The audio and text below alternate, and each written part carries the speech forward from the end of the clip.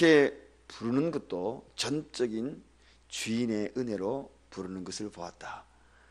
그런데 중요한 것은 이제 날이 저물자 이 일꾼들을 주인이 거기에 따르는 싹스를 지불하는 그러한 대목이 나옵니다. 근데 싹스를 지불하는데 한 데나리온씩, 먼저 들어온 사람은 하루 종일 일을 했잖아요. 그리고 나중에 오후 5시에 들어온 사람은 1시간밖에 일을 하지 않았잖아요. 똑같이 지불했다는 것은 도저히 이해가 가지 않는 그러한 대목입니다. 그래서 받은 사람들이, 먼저 들어온 사람들이 이제 시기와 질투하는 겁니다. 이럴 수 있습니까? 주인님, 우리는 아침부터 들어왔는데 아니 저녁에 들어온 사람하고 어떻게 똑같이 줍니까? 이게 말도 되지 않습니다 하고 원망하면서 불평하는 대목과 시기하고 질투하는 대목이 이 속에 오늘 본문의 소개가 되고 있습니다. 시기하고 질투, 그러니까 생각나는 그러한 일이 있습니다. 헬라 민화 가운데에서 올림픽에 라이벌의 사람이 있었습니다. 두 사람이 올림픽 경기를 참여하는데 한 사람이 이제 드디어 승리하여서 월계관을 쓴 겁니다. 그 사람이 기록을 갱신하니까 기념비를 세워준 겁니다. 그러니까 상대방 같이 라이벌한 그 친구가 월계관을 쓰고 큰 기념비를 세워주니까 시기와 질투가 발동한 겁니다.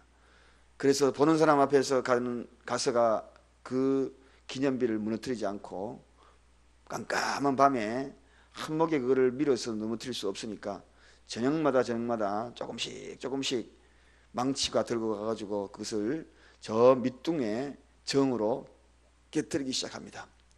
지륵같이 어두운 밤에 나가가지고 깨뜨리기 시작합니다.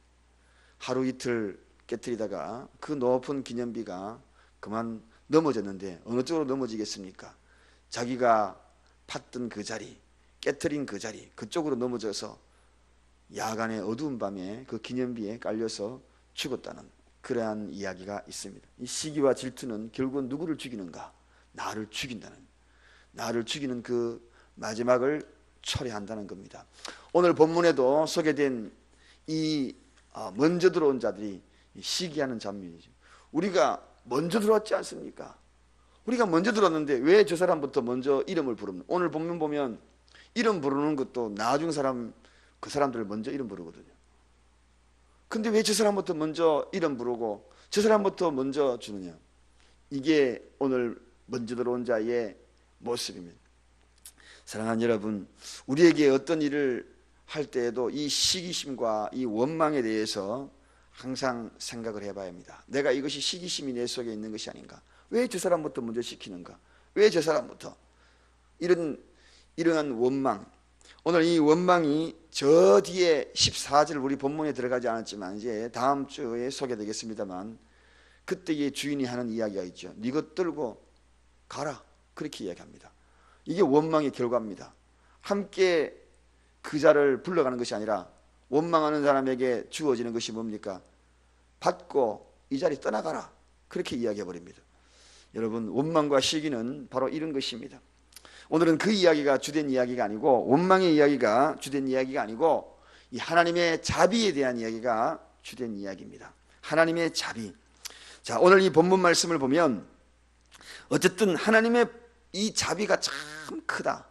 어떻게 이렇게 저녁 5시에 들어온 사람에게 이렇게 동일하게 1시간밖에 일하지 않는 그에게 이런 동일한 큰 축복을 하셨는가? 그래서 첫 번째는 이 자비는 어디서 나오는가? 하나님은 반드시 적당한 시기에 약속을 이행하는 자비를 베푼다. 반드시 적당한 시기. 오늘 본문에 보면 저물매, 그렇게 해야 합니다. 저물매. 이 저문다는 것은 하나님의 때가 되었다는 것입니다. 기도의 때가 되었다는 것입니다. 1시간이라도 열심히 일하는 자에게는 저물매, 하나님의 때가 되니 반드시 약속을 지키더라. 여러분, 신앙생활 늦게 했다고 해가지고, 신앙생활 많이 했다고 해가지고 그것이 중요한 것이 아니라 내가 최선을 다하여서 주어진 내 일들의 품꾼으로서의 역할을 감당하면 하나님은 저물매, 때가 되면 반드시 하나님의 약속을 지킨다. 약속을 지킨다. 그래서 그 품꾼들을 불러가지고 보상하는 그러한 대목이 오늘 본문에 소개되고 있습니다. 여러분, 이스라엘 백성들은 끊임없는 하나님의 약속의 백성들이었어요. 구약에 보면 계속적으로 하나님의 약속들이 이루어지는 것을 보게 되는데, 그들이 약속 자리에 없어서 하나님의 보상을 받지 못했지, 약속 자리에 있었을 때는 하나님은 계속적으로 그 약속을 지켜서 그리고 보상하는 것을 보게 됩니다. 하나님은 약속을 지키십니다. 반드시 보상할 겁니다. 1시간이라고 해가지고, 짧은 시간이라고 해가지고 그것으로 인하여서 결코 자괴감을 느끼거나 실망할 필요 없습니다. 나에게 주어진 내 마지막 인생이 할지라도 하나님 앞에 드려진 그 시간 반드시 보상할 것입니다. 그래서 우리 하나님이 좋은 겁니다. 우리 하나님이 좋은 겁니다. 세상은 그렇지 않아요. 보상의 방법과 질적인 것도 다릅니다. 많이 한 사람, 아침부터 들어왔다고 해가지고 어슬렁어슬렁 했던 사람, 그 사람들에게도 많은 줄 줍니다. 안 보면. 그렇지만 우리 하나님은 늦게 들어온 자들도 1시간밖에 안 해도 보상하는 분이니 얼마나 감사한지 모르겠습니다. 어떤 분은 아이고 나는 늦었어요. 절대로 그렇지 않습니다. 지금부터 하면 하나님은 반드시 적당한 시기에 약속을 이행하여 보상하시는 하나님이다. 시기도 적당한 시기가 있다. 하나님의 시기. 자, 그 다음에 두 번째, 그 약속은 어떻게 지킵니까? 풍성히 지키는 것을 보게 됩니다. 여러분, 솔직히 오늘 여기에 제11시에 온 자들이 와서 한 데나리온씩 받거늘 하고 성경에 소개합니다. 11시는 우리나라 시간으로 따지면 저녁 5시입니다. 저녁 5시에 들어온 사람들도 한 데나리온씩 받았다. 그렇게 소개하고 있습니다.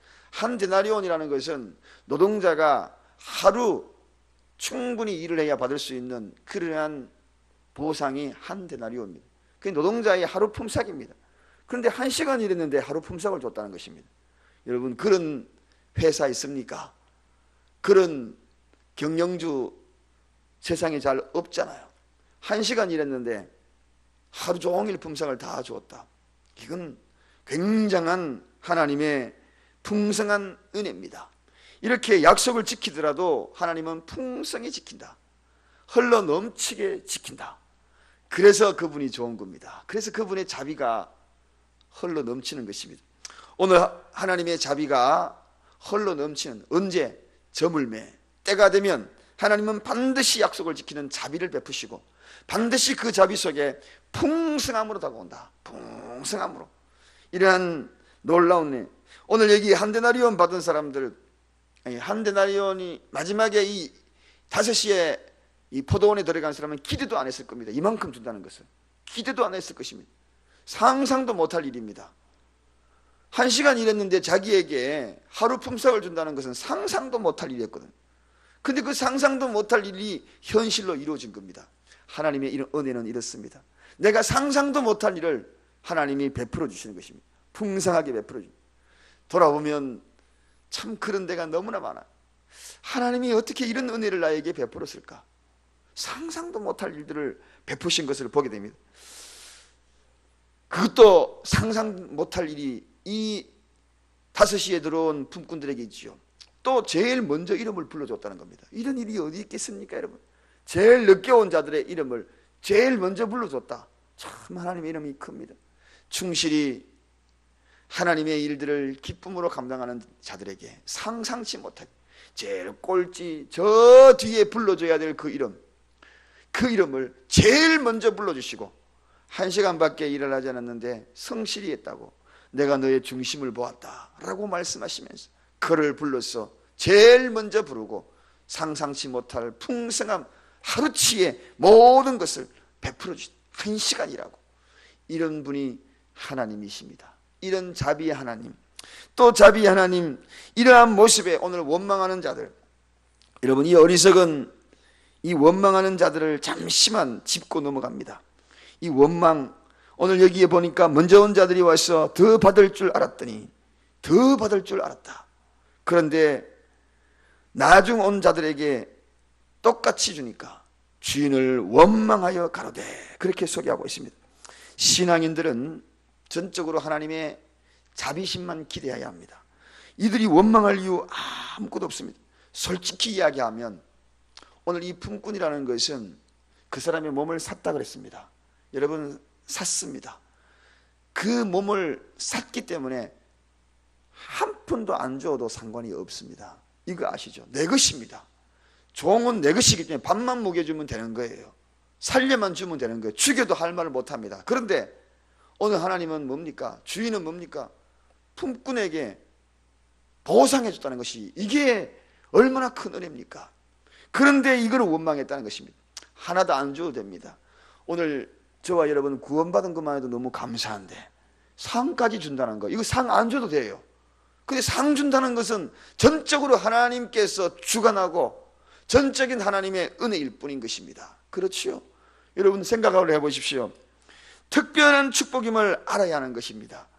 우리가 구원받은 것만 해도 감사하죠. 천국 가는 것만 해도 감사합니다.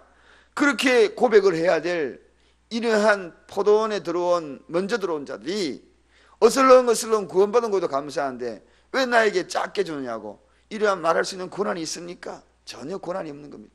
한 달 준 것만 해도 감사하지.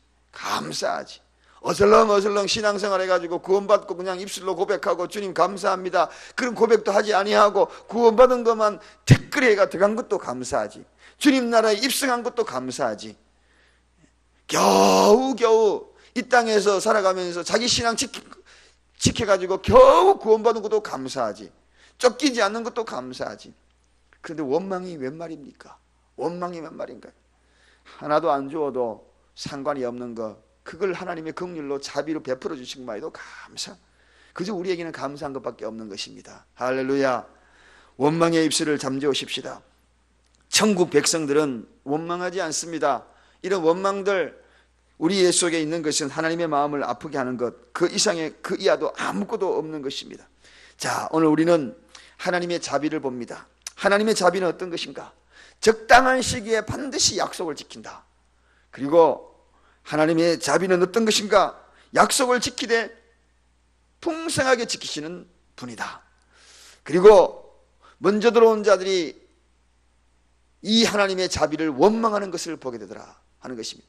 그 원망할 것 아무것도 없다. 왜냐하면 주님이 불러주셔서 상 준 것만 해도 감사한데, 구원시켜 준 것만 해도 감사한데 어딜 감히 원망하고 있어요. 원망하는 것, 우리의 원망의 입술을 잠재워야 한다. 그래서 우리는 하나님의 자비 속에서 살아가는 자들이다 하는 것입니다.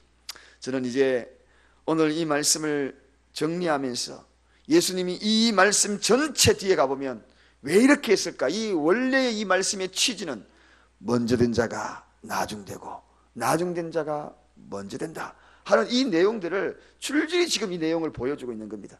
그래서 우리가 신앙생활 먼저 하면 먼저 할수록 정신 번쩍 차려야 돼요. 먼저 한 자들이 상금 많이 받아야 되잖아요. 당연하잖아요. 30년, 40년 신앙생활 하면 더 많이 풍성한 거 받아야 되잖아요. 1시간 일한 사람하고 마지막에 주여 아멘 합니다 1시간만 와가지고 하는 사람하고 하면 너무 억울하잖아요. 너무 억울하지 않습니까? 열심히 신앙생활에서 더 풍성히 5달란트 남길 거 5달란트 남겼어.